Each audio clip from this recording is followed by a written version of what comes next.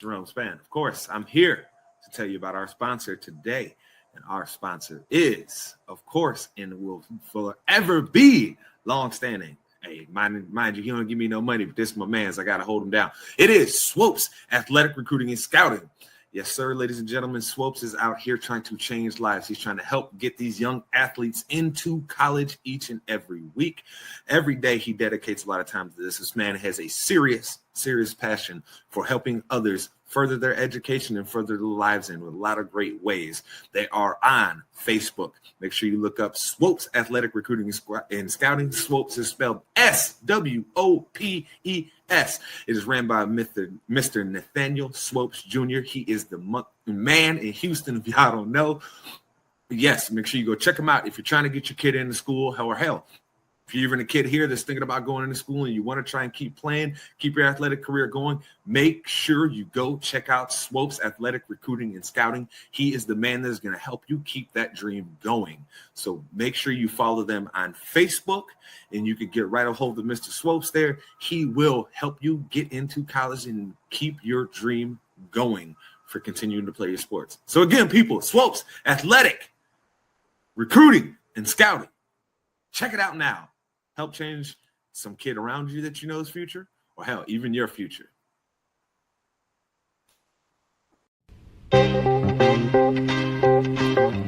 Yeah, Enigma in the house. My man Jay Span, Titan Studios. It's called From the Heart. Keeping it real is what all the song's about. Never selling your soul. Always staying true to yourself. Alright, yeah. Check it out. Money, cars. But we'll never get you far unless you gonna spit it from the heart. Yeah, money, cars. But we'll never get you far unless you gonna spit it from the start. Man, money, cars. But we'll never get you far unless you gonna spit it from the heart. Yeah, money. And welcome back to another episode of your favorite weekly sports show. That's right, ladies and gentlemen. It is ITC Sportsball. And of course, I am your man, Jerome Span. Pretty face on ITC. Don't you forget it, baby. And we are here with our draft special today, ladies and gentlemen. So instead of Terrell, we have got a special guest in the building. His is our man. We will get to the introduction. So let's hit it up top with our man, Mace. Of course, he is the number one man on the mic. I'm going to switch it up on you a little bit, Mace. He's the number one man on the mic. He is the modern day Ali on the microphone. When he steps into your home, all your ladies is gone. Ladies and gentlemen, he is that man. You know, it's your boy Mace here, ready to go. Let's get it. And of course, longtime supporter, longtime friend of the show. He is coming in, letting y'all know what it is. Every time he spits the truth, he gives you that hot fire.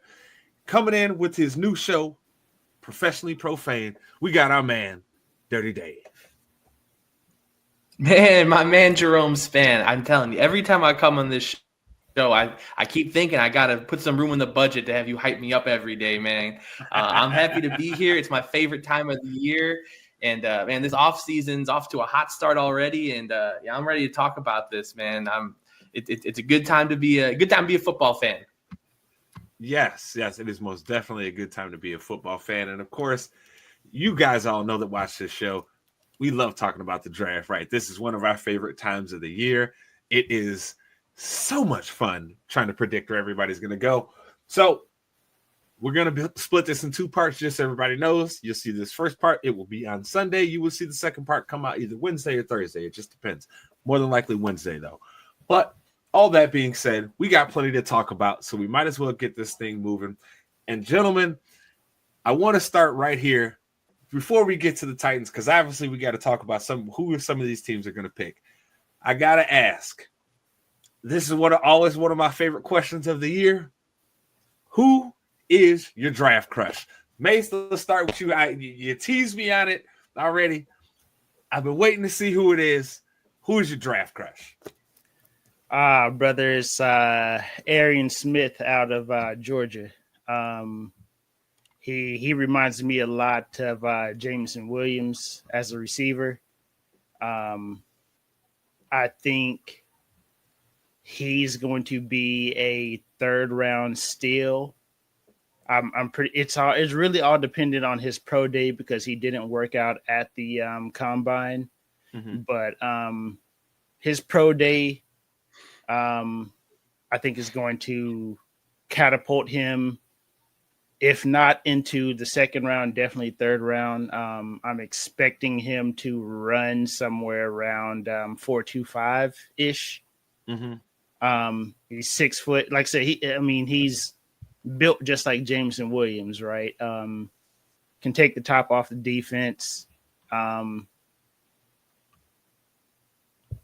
Hey, bro. That's the one. That's the one. All right, Dave, who is your draft crush? Who's that guy for you, Dave, that it's like, man, he's the one.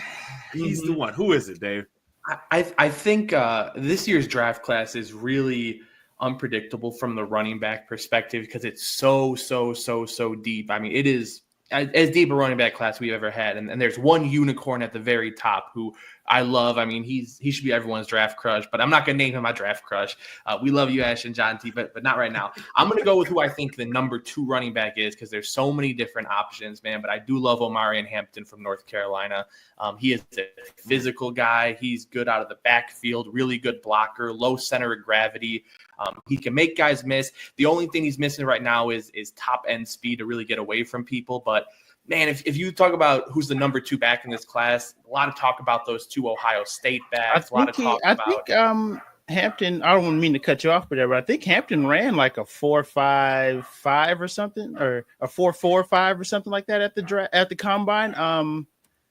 I think he's a lot faster than people think he is in a straight line. And if you ask me, like I said, I don't want to cut you off because he's my honorable mention, so I'm glad. So that's my guy too. But he's Nick Chubb. He's Nick Chubb with knee ligaments, if you ask me. Yeah, no, I totally agree. And his 40 time was good. I think when you watch him play his actual film, I dove into a lot of his film, and there are times where he gets run down from behind a little too often for my liking. So the good thing about him is he has that speed where he can get to the second level, and he does have some long touchdown runs. I just more so meant that I'd rather. If 20% of the time he could pick up 10 plus yards, I mean, you're talking about a really good running back, even if he gets brought from behind. But he's just been a really fun player to watch. He's not afraid to run guys over. He is able to get around guys, make guys miss in small spaces. I mean, you get to the line of scrimmage, those big defensive linemen, he's willing to make a quick cut, and all of a sudden he's out in space when other running backs don't get that space. So I really like him as the number 2 back in this draft. Honestly, I love both of you guys' picks. Those are excellent picks. For me, and I know some people have already caught on to him, but for me, it's Shamar Stewart. I understand if you look at just based off of his pure numbers, his sack numbers tell you what the hell are you talking about, Jerome, right? They say that. But if you watch his film, his pressure rate and his win rate is something crazy. And no matter what, I think that is something that is always a translatable skill, right? You may not be the guy that's getting sacks, but as we all know, pressures matter a lot in this day and age in the league, especially when the ball's coming out of guys' hands in under 3 seconds a lot of the time, right? So you need somebody that's going to give you pressures consistently on the quarterback and get you wins when they get individual one-on-ones. And look, man, I think there are some very good defensive linemen in this draft. I mean, I'm sure we're going to talk about some of those guys right towards the top end of this draft for sure. But I think Shamar Stewart is going to be a steal for somebody because he wins at a pretty consistent rate, and that is something that you need if you're going to be a guy that gets sacks and that is really a value for your team at the NFL level. So for me, it's Shamar Stewart all day. Dave, I'm not gonna lie, I would love for him to fall to the Bears. I would love to see him on one side and Sweat on the other. Oh my God, I would love it so much. Like, Jerome, you read my mind, brother. I was going to ask if you wanted him there at 10. I'll be honest, man. Look, at 10, maybe not. But if we can catch him second round, one of them 2 early picks, oh yeah, I'm in. I am in. Because I don't. You might have to sell me on. I think there's better options at 10 for you guys as far as an edge rusher goes. Absolutely. Obviously, 10, we know Bill Carter's not going to fall past probably 5 or 6. I don't think he's going to make it past 5 or 6.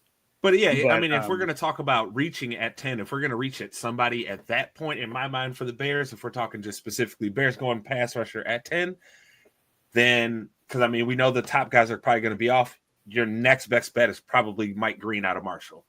I mean, that guy's he's got that tape, like that weird Khalil Mack stuff where you're trying to talk yourself off of it, right? Because you're like, he's not playing against great guys, but he is just whooping their butts over and over, and it is hard not to be impressed by that. So if you're going to reach at somebody right at that point and Carter and stuff is off the board, that's probably your guy. But I don't think they should do that. And we will get to the Bears for sure. One question I got to ask now that we've talked about your draft crushes, who's that guy? And Dave, we'll start here with you. Who's that guy that you think is just getting overhyped and that somebody's going to pick him too early and really, really regret it? Shamar Stewart. I ain't gonna lie to you, man. I don't see it with him, man. I think he's I don't think he's got he's Vernon Golston to me, man. I don't see no difference between those two prospects. He's incredibly athletic, but I mean, when you have another first round talent across from you on the edge, and you can't average more than 1.5 sacks per season, then there's got to be a reason. In a vacuum, a 1 game sample size, you don't see production. You go, okay, maybe that's just one specific game. Some things happen here and there. When it's 3 seasons worth, man, I don't see it with him. I don't see any specific moves he can go to. I think he likes to run into offensive linemen and then lets them anchor really quickly on him. He doesn't have a specific move he can go to get around a guy. I don't think he plays very smart, to be honest. I think he's a freak. He's going to get options and opportunities for a long time, but man, I just don't see it with him. I think also part of his production numbers not being what you want, they would throw that guy inside so many times on passing downs. They would throw him inside and say, hey man, go work on the inside and go take this double team for somebody else. Right. And you got to be the dirty work guy. And my thing is that I'll tell you, this is what convinces me on him, Dave, is that when I watch his tape, when he gets his opportunities, when he gets his one-on-ones, he wins, right? They did a lot of moving him inside and moving him here, trying to just wherever they wanted to draw a double team to, they were moving him to and letting other guys go to work. So you may be right. He could have Vernon Golston, but I just don't see that. Vernon Golston was a lot of, I just ran past every defense, every tackle because I was way more athletic than them, and they had no chance. Vernon Golston, I think, is a different animal there, but I do like that comp though. That's wild because I remember a lot of people were so hyped on him, and I was like, I don't see it. So I can get it. But Mace, all right. So who do you got as your bust waiting to happen here? And this is purely based on like a scheme thing for this player. For me, it's Jahad Campbell. For that. There are some linebackers that come out who you feel like are just plug and play, put him out on the field, he's going to make it work. For me, Campbell really has to go to the right scheme to be successful. I like he has a nose for the ball in the run game, but I think that he will get exposed in pass coverage unless he's in that right team. Because if a linebacker is being drafted in the first round, which he's going to be on the field 3 downs, right? Like you don't draft a guy at linebacker in the first round to take him off on 3rd down every down. You know what I'm saying? Every series. Yeah. So I really feel like he for me he feels like a Pittsburgh inside linebacker. Good choice. Or that was nice. Yeah. Pittsburgh, maybe the Raiders, given the fact that they have put a lot of stock into their defensive front. So being able to sit behind those guys would be a good fit for them. But we all know Raiders. Well, actually, they're not going to go quarterback anymore. But that's a different story. Yeah, man. Them making the move that they made for Geno honest to God, guys, it messed up the top of where we'll get to their pick, right? But it totally messed me up, and I've had to be thinking about this all day, and I finally settled on a pick of who I think they're going to pick earlier. So, yeah, finally, because dude, Geno going there threw everything, a whole monkey wrench and everything. But yeah, man, so. Yeah, said my bust is definitely like, excuse me, ooh. Like I said, it's totally dependent on scheme, but Jahad Campbell. I can see that. So some people are not going to like what I have to say here. Some people are going to be like, this is just your Michigan hate coming out. It is not. It is based off of me watching this film. Boys, I do not see it with Judkins. I don't see what everybody else is seeing. That was going to be my honorable mention. That was number 2 for me. I don't see it, guys. Like, look, it's impressive. Like, when you look at just his raw numbers, right? It's impressive what he did. Like, I can't dispute it. He was a great college player. Him at the NFL, though, I just don't see it, dog. Because he's going to get, at best, this is what I would say. At best, he's going to be David Montgomery for you. At very best. I'll take you another name. I say Kareem Hunt. Yeah, like at the very best, that's what you're getting. You're not getting the top end guy. You're getting a guy that's good enough, and he's going to be able to get you 1,000 yards. He's going to get you some tough yards when you need them, but he's also going to get hawked down from behind. So he does not have that second level speed whatsoever. So I think everybody has him very, very high up, right? He's because of his career. You know, a lot of people are very high on him, but I'm sorry. I think it is a misnomer when people are out here acting like he actually has real explosiveness. He is not NFL fast. He is not NFL explosive. He is good enough athlete, but not great. Like I said, at best, you're getting David Montgomery, like May said, Kareem Hunt. So for me, I think it's Judkins because I think somebody in the top 20 is going to take a chance on him, and they are not going to get top 20 production out of him. They're not. So yeah, I could definitely see 3 running backs going in the first round. Number 3 for me would probably be Henderson, his running mate at Ohio State. Mm-hmm. But if honestly, Judkins for me, he feels like a 3rd round pick. He feels like a complimentary back to a team that needs some physicality. Yeah, Dave, how do you feel about Judkins?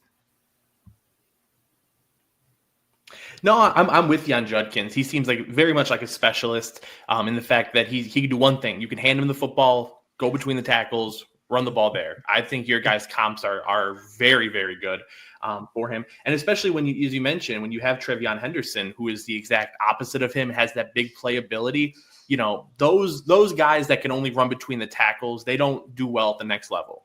You know, I mean, I think of even a lot of guys who could only run between the tackles in college that even were drafted higher, were better prospects that couldn't do much in the NFL. They were just average at best back. So I think that's a really good pick. There's so many running backs. I think it's the only reason why I could see only one going in the top 20. But again, with how good these prospects are, I could see 3 or 4, like you guys are saying. And there's 5 or 6 options that could be there. But yeah, I wouldn't take him if I was an NFL GM.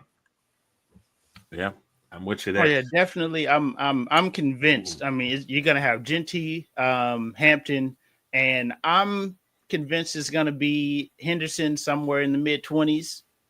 Those would be my 3 first round backs. I think Henderson's going to go there because of the fact that he can play all 3 downs for you.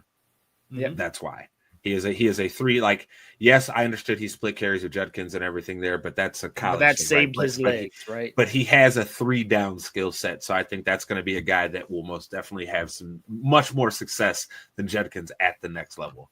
But all that being said, we got to get rolling into the actual draft here, and we know the positions of everything, right? It doesn't really seem like there's any big trades on the verge right now. We may see some, who knows? But that being said, gentlemen, got to ask Dave, my man, you are the guest here, so of course we're going to roll with you first here. Tennessee Titans are number 1 on the clock, right? We've seen that what their draft strategy has been for the past couple of years. It's kind of been, hey, we're going to keep swinging at a quarterback until we hit. They haven't hit yet. With the Will Levis thing worked out about as we all expected here, which was like, nah, bro, what are you doing? So all that being said, Titans are on the clock. You're their GM. Who are they picking? Listen, if I was the Titans, I know who I would take, but I don't think they're going to do it. I think that so give me who you think they should pick, and then who you think they actually go pick. Then yeah. Oh, I mean, I think they should take Cam Ward. I'm super high on Cam Ward. I think he's a superstar in the making. I love Cam Ward. I think any team should have a quarterback like him. I'm probably higher on him than anybody I've seen anywhere. I think he's a future MVP. I mean, he is accurate. He is artistic. He slows the game down. He reads well. I mean, I think he's really good, but I don't think the Titans are going to take him. I think that they played their hand a little bit too much yesterday. I think they're either going to trade or they're going to go with Abdul Carter. And, you don't get rid of a Harold Landry for no reason. It's because you have another plan to get to the quarterback. And I think they even could swing with trade to 3 with New York and see if the Giants want to get up and get their guy. But I think Abdul Carter ends up on the Titans, whether it be at 1 or by trading back a couple picks. I am not mad at that at all. Mace, who do you got the Titans taking here? So I'm at the same boat as Dave here. They should go get Cam Ward. Because if you look at his offense in Miami and then you look at what the Titans have to offer, they have a run game. They have a thunder and lightning style run game in Tennessee, a lot like what Cam had in Miami. As long as they do the right things in free agency, get a few weapons, I think all signs should point to Cam Ward. But Tennessee is going to do something crazy and either go Travis Hunter or Abdul Carter. I feel it. If I had to pin it down, if you had to pin me down, I say Travis Hunter. For me, I was all in on Travis Hunter until they decided they were getting rid of Landry. Right now, I'm kind of leaning Abdul Carter. So for just the exercise we're doing, right, I'm going to take Abdul Carter, but up until that Landry move, Mace, 1,000%, I was in place with you. Travis Hunter was coming home, right? And they were going to figure out the quarterback situation next year.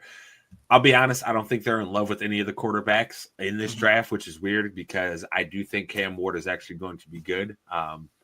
So I think it's a little strange that they're not willing to do it, but I think that is them strictly being gun shy based off of we didn't swung on the quarterback two drafts in a row, baby. We got to use that pick for something else at this point. Okay. So I would say Abdul Carter here. I think that's the best move to make. No, the best move, I'm in line with Dave here. You should take Cam Ward, even if you ain't going to play him this year because you're like, our offensive line going to be trash. We don't want to get you killed, right? So we not even going to play you, fam. Will Levis, you got to go out here and eat some more sacks, baby. Good luck to you, okay? But I think they're not going to be smart enough to do that, and I think they do go Abdul Carter here. Just regardless, I will say this, regardless of who they pick, the first 2-3 years of your career is about to be a wasteland. Oh, yeah. Oh, man. It's going to be rough out there. So we'll see. And really, one of the things I think, too, about the Titans is I look at Brian Callahan. I look at his dad, Bill Callahan. They don't seem like the kind of people that want to deal with rookie quarterbacks. I mean, they look like, Bill Callahan is going to have a career in football off of working with veteran quarterbacks until he is 75 years old. That's his mantra. They're going to be the ones that's going to trick themselves into Kirk Cousins. They're going to do it. I think, and we'll probably talk about him in a little bit, but I also wouldn't be shocked if they decide they want to see what, kick the tires on Sam Darnold. I think that, everyone already now assumes he's going to Seattle, but Tennessee could absolutely do that. They put a lot of money into the receivers last offseason. So they feel like they have some weapons there. They need a tight end. They need a running back really bad. They need an offensive line. But if they think, well, a veteran can come in here and get the most out of that group, Brian Callahan might feel like he's coaching for his job already because that was a really, really rough season last year. So I could see them kicking the tires on a few of those veterans. I don't think they'll be in play for Aaron Rodgers, but Darnold, Cousins, anybody who's got a pulse that could play quarterback, man. They're bringing in Gardner Minshew, bruh. Oh, stop it. I'd take him over Will Levis. I would. I'd take him over Levis. I probably would too, because I do know that if you protect Gardner Minshew, you're going to win more games than you lose. Will Levis, I got real questions about that, because he's trash, man. We could just say it. He's awful. He's not an NFL quarterback. He might be a backup in the UFL, man. He is awful. He's not good. I will say that much. He is not good. Not good at all. But that being said, speaking of another not good quarterback situation here, gentlemen, the Cleveland Browns will be on the clock at number 2. Got to ask Dave.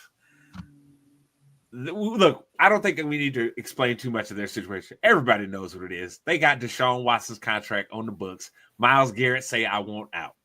That simple. What are they going to do with this pick? Oh man, this is a tough one. This is a really tough one, because there are a lot of options for the Browns, because they have nothing, man. They need so much help. But I do think that if Abdul Carter goes number 1, I think they go Cam Ward. If Cam Ward goes number 1 and they're sitting there at 2, I do think they'll take Shedeur Sanders and try to go for that. You got to try to bring some good graces back to Cleveland. And Shedeur Sanders is the big name. He's the fancy prize on the block there, man. I mean, I don't think Shedeur Sanders is going to be good myself, but I think they talk themselves and they say we need to give some excitement to our fans here in Cleveland, because the dog pound they're barking, man. They're ready for something. So I could definitely see them going there. It's really the hinge spot of the draft, though. What the Browns do will decide a lot of other things that are coming soon after. But they need a quarterback, man. They can't roll into next year with Deshaun Watson and Jameis Winston anymore, man. Oh, you don't want to eat no W's, Dave? I'm not eating not one W, not there. All right, Mace, who do you got the Browns taking here? I'm going to say something really crazy here. And I'm going to say that if Cam Ward is already gone, I think Cleveland's going to take Genty right here, because Chubb is off the board. Chubb's a free agent. They've got no run game.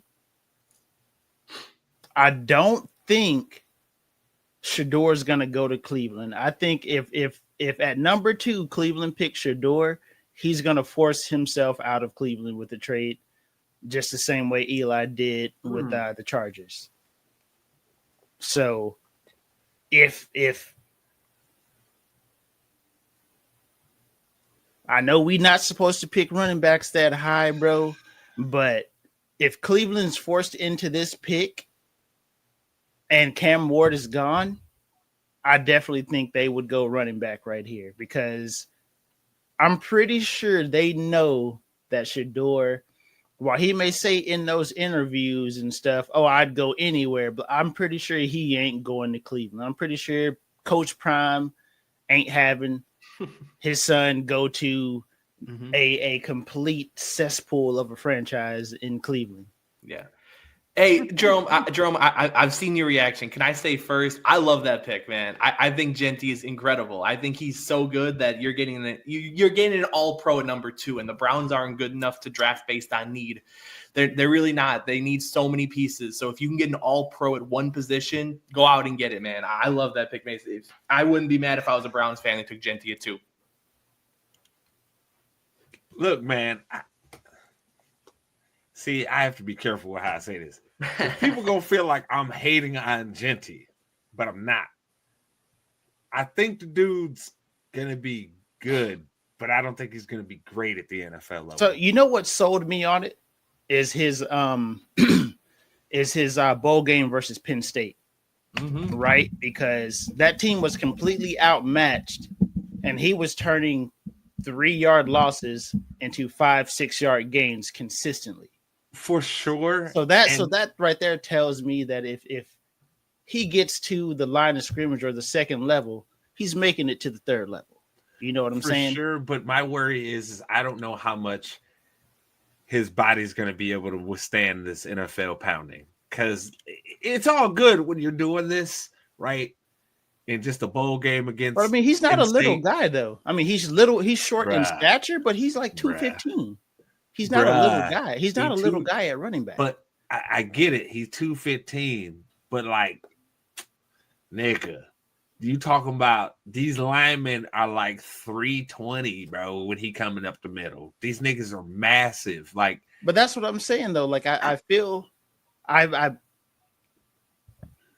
if he doesn't get touched at the line of scrimmage, bro, I feel good about Genty in any situation. Yeah, well, in Cleveland, he gonna get touched at the line of scrimmage, so I don't know about that, brother. But to the point. Look, Cleveland should, if Cam Ward is here, they should be taking him, right? They should be, but I don't think that they on the Do Right program right now. I don't. So that being the case, I think they're going to go Travis Hunter just because Travis Hunter is a safe pick, and we about to watch another generational talent have to waste away in Cleveland for 7-8 years while he ball out, and that team around him is just not what it should be. So where does he play in the secondary in Cleveland? I don't think he's playing in the secondary. Because he's not moving Ward. I think he's playing wide receiver. Newsome or Emerson out of their spots. I think he's playing wide receiver. He's not playing cornerback for them. He's playing wide receiver. I don't think you take Travis Hunter at number 2 to play receiver. No, he's not a number 2 overall receiver. I mean, he's good, but he's not that level.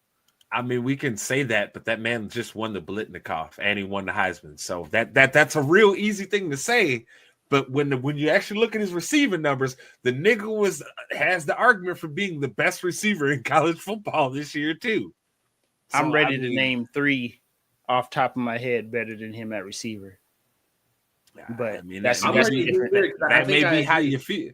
That may be how you feel, but 96 catches for 1,258 and 15 tuds says quite a lot to me. I mean, the usage, the way he was, I mean, his production on both sides of the ball says he should be picked that high. But if you're picking him at number 2 specifically to play receiver, I think you're selling yourself short on his talent. Yeah, like I said, Cleveland, in my opinion, he doesn't move anybody out of that secondary in Cleveland, and I don't think he moves the needle by himself in the receiver room in Cleveland. I agree. I mean, I think he's better than anybody they have currently on the roster. At receiver, sure. Yes. But him by himself as truly a receiver. Hey, look, man. I'm just telling you. They're going to need something to move the needle a little bit, and a Heisman winner sure will do it.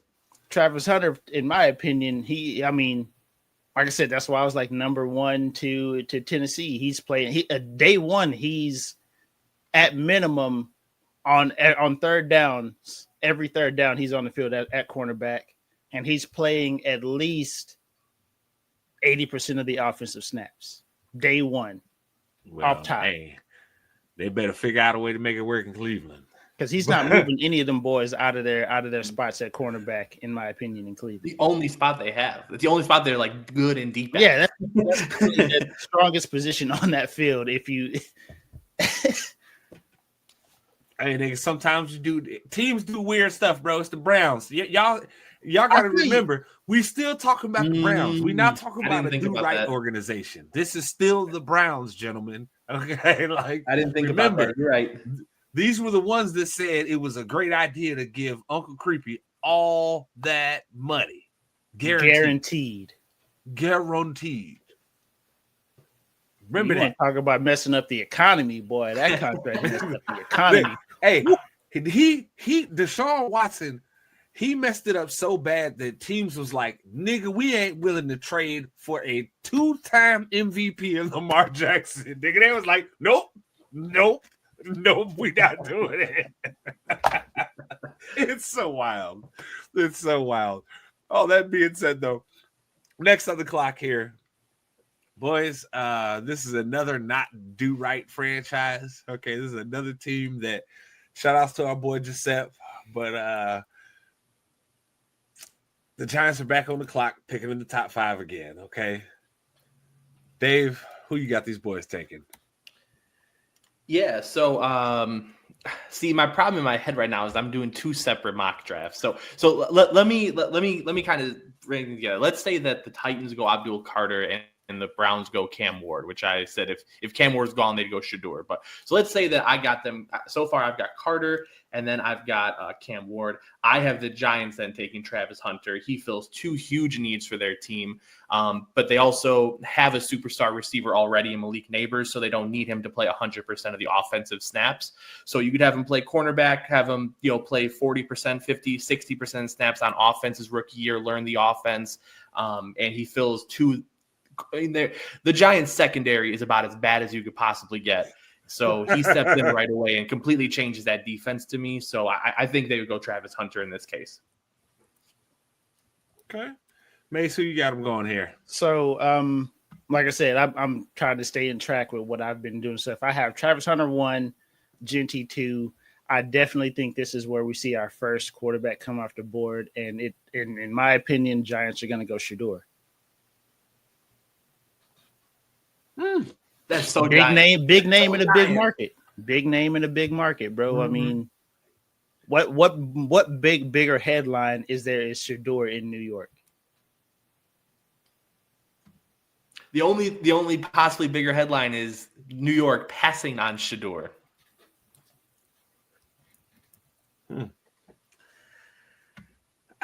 So again, this is another not do right franchise. And I just feel like these boys is really about to draft Ashton Genty because the old owner is the owner is going to be so hurt from losing Saquon that this has to be his.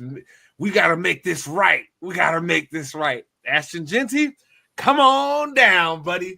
You about to be a New York Giant. You about to go to the wasteland, brother. So in your opinion, would that make the Giants in play for Kirk Cousins or Sam Darnold?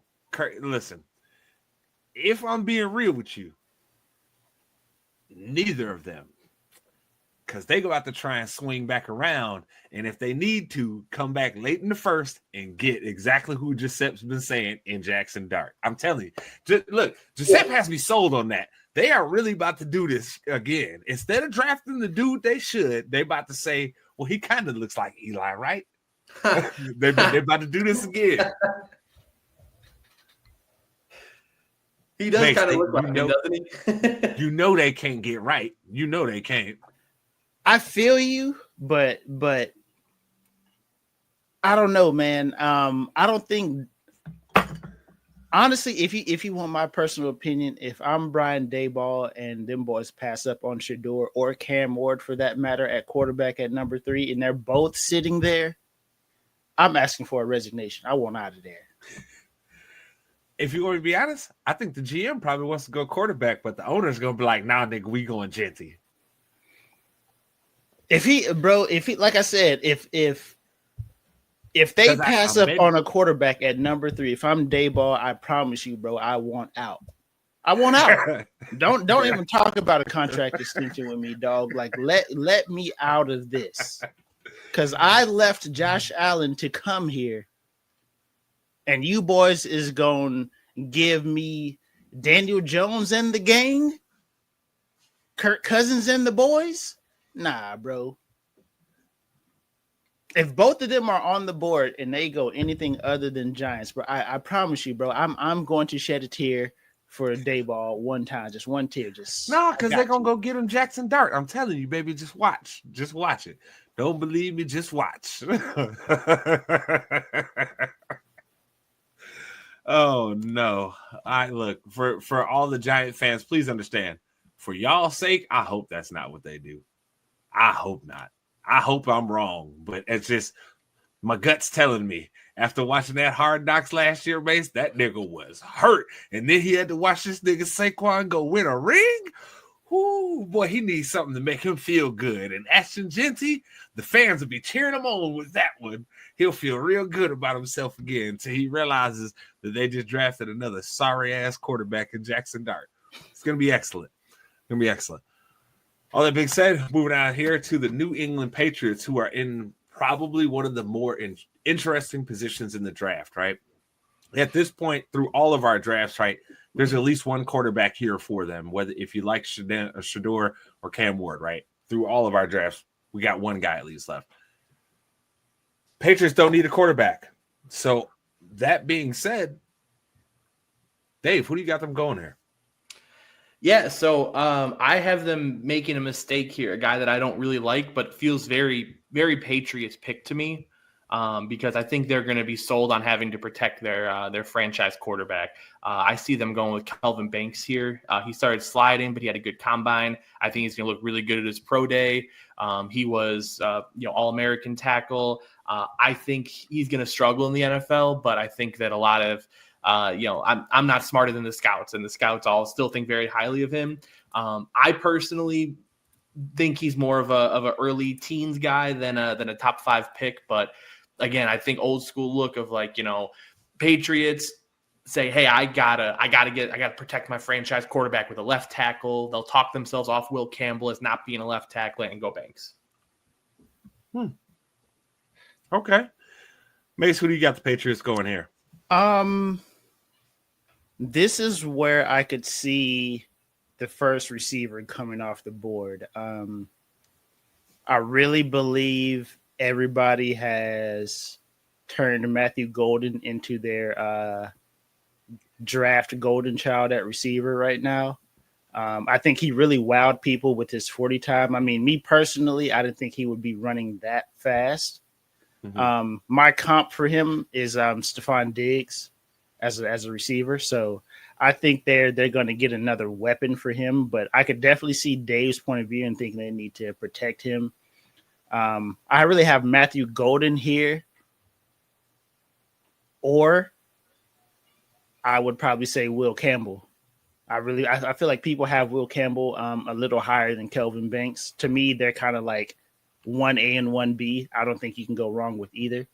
But yeah, I think they're gonna be like, hey, swing for the fences, get Drake May a receiver, and I think Golden will be the first one off the board. So I actually agree with you with wide receiver here. I'm just going to go a different wide receiver. And to be honest with you, I think they're going to go Emeka Ibuka. I always struggle saying his name, but I think they're going to go him. I understand some people are going to be a little bit put off by, especially this last year where he got hurt, right? But, dog, that man is a certified dog. Plain out and simple. That like I understand some people kind of forgot about him because of Marvin Harrison Jr., but I sure as heck didn't. That dude is a dog. So I think this is you. I think I'm right on the same page with you. They got to go get him somebody to throw the ball to that can go make a play. And I think Emeka can do this. I think he can be the one that can be the I'm going to make the big plays for the team because they've got a few guys already on the roster that can get it underneath, right? They've got that, but they don't really have anyone that says, hey, dog, I can take this play and turn it into 6. And I think he's got some of that ability in him. We saw it in college there. So I believe that's where they end up going with the pick. The one thing I will say, Dave, I know you brought up Will Campbell here. To be honest with you, I think, and this is going to sound weird to people who don't know that much about the draft, but I think the arm length has really, really scared some guys on him, man. Yeah. I think they once they saw those measurements and they were like, ooh, you got short arms. Yeah. Some GMs started getting a little scared. No, I definitely agree. I really think he's going to play guard in the NFL. I don't think any team's going to let him play tackle with those measurements. And I think with his mean streak, I think he fits better on the inside anyways. And I think that's exactly why they're going to talk themselves off of Will Campbell. I think Will Campbell's the best offensive lineman in the draft, but I think you're going to have to move him inside. And I think a lot of teams are going to be scared to use a pick this high on a guy they feel they're going to have to do that. I really fit similar to how Peter Skoronski a few years ago, how, he was one of the best offensive linemen in the nation. Teams at first were thinking he's going to be a, first top 10 pick, and he fell out of the top 10 because the Titans did exactly what everyone knew they had to do and move him right inside. I see a lot of similarities to Will Campbell. And if we're being real, it worked for him to move him in there. He's shown that was the right decision. So, I'm with you there. I'm with you. All right, moving on here, though. We have got next on the clock a very weird situation. Their whole offseason has been so mismanaged so far that it's hard for me to have any faith in this organization at this point, coming from the very top. That being said, Dave, we know they have at least a quarterback that some people like, some people are kind of they're starting to be out on, right? Who do you got them going here? Because for me, this is a team that has so many issues. It was hard for me to pin down where I was going to go with this pick for them. Yeah, this is actually where I have Will Campbell going, because I think that Jacksonville really, really needs an interior offensive lineman that badly that they're going to say, we'll bring him in, we'll put him wherever we need to. Liam Cohen knows that you need to have a good offensive line. He had a good offensive line his entire time in Tampa that last year and working with Dave Canellis the years before that. So to me, I see Will Campbell as a really good option. I think he's going to play guard, but the Jaguars need guards and they need a center, and they need 2 tackles too, if we're being honest with ourselves. So, just putting somebody on the offensive line to protect Lawrence and giving him this last chance with a new coach, get a receiver in the second, third round to continue stocking up there alongside Gabe Davis. And I think you just got to put him in the best position possible. And if Trevor Lawrence can't succeed in this situation, this has got to be about it for him. He's going to have to, we're going to have to realize he's not that level of prospect we thought. Excuse me, sir. I'm not going to let you do that. The best receiver on that team is Brian Thomas. Gabe Davis is trash. You better get him out of my face. Yeah. No. Brian Thomas is clearly a better receiver. I just named the big money free agent they brought in last year, but they also used a first round pick on him. So I'm Brian Thomas. They should have kept their money. I had Brian Thomas as my number 3 receiver in that class last year. You don't got to tell me about. I'm in on Brian Thomas. I had him right after. I had Neighbors Harrison Thomas last year. So I love Brian Thomas. I was more so saying they're putting money into it as well as the draft pick. So they're not afraid to spend money and get wide receivers down there in Jacksonville. If you get him the offensive line now, there's no more excuse for Trevor Lawrence. Yeah. All right, Mace, who do you got the Jags going here? I've got to echo Dave's sentiment here. I think this is Will Campbell's spot if he doesn't go to New England, the pick before. I really believe because offensively, if you look at their skill positions, that's not where they hurt on the offense. It's obviously that offensive line. I think the new head coach, he's going to want to go all in on helping Trevor Lawrence because he did get that money. Like, he's essentially tied to Trevor Lawrence. So if you look and say, we got a receiver, we've got a running back, they just let Evan Ingram go, but I'm pretty sure they've got some sort of plan for free agency for a tight end because he was really good for them in that offense. So I feel they have to go Will Campbell. They need help along the offensive line all across the board. So whether they kick him inside, move him to right tackle, let him play, it doesn't matter. He needs to be on that team somewhere on that offensive line for sure. Yeah, I'll make it short and sweet. This is where Will Campbell went for me too, because at the end of the day, when I looked at who I had already taken off my board, right, and then saw Will Campbell sitting there, and I was like, good God almighty, do they need some more bodies to protect Trevor Lawrence? Right there. That's the guy. Again, I'm in agreement with you guys. Think he has to go inside. That arm stuff, it is real, people. I understand it doesn't feel real, right? But it is. Like, there's a reason why they measure certain things for certain positions, because a lot of this stuff is real. Okay, and that having short arms as an offensive lineman, as a tackle, bad idea. That means you have to let guys get into you. You never want to do that as a tackle. That is not when you want to take control of the situation. So we will see how. Again, I don't know if they're going to do the right thing. I could also see them doing something stupid and drafting another wide receiver just to be like, hey, we'll be all right. but that's just strictly based off of them being in can't get right organization. Next in line here, though, a team that, based off of their trade for Geno Smith, has become very intriguing with this draft. The Las Vegas Raiders. Dave, we saw, all of us, how their season went last year after they tried to talk themselves into Antonio Pierce, which that was never going to end well. When you gave him Jimmy Garoppolo as a quarterback, it was never going to end well. So all that being said, who do you got the Raiders taking here? Yeah, I have them going a little bit off the board. I think a lot of people are going to assume this now means that Ashton Genty's in play for the Raiders because they don't need a quarterback. But I don't think he's available on my board, but I don't think he goes there right now. I have them going kind of continuing the theme they did last year where they really put a lot of money in the defensive line. They want to get after those three quarterbacks in their conference, in their division, I should say. They want to get Herbert. They want to get Mahomes. They want to get Bo Nix. I have them going after another guy on the defensive line. I have them getting Mason Graham here. I think he's a really good talent to fall to 6. I think they're going to need another guy up the middle there to stop the run and get a little pressure on the quarterback up the middle. So Mason Graham makes a lot of sense there for me. Mace, who you got the Raiders going? Yeah, I've got to echo that sentiment.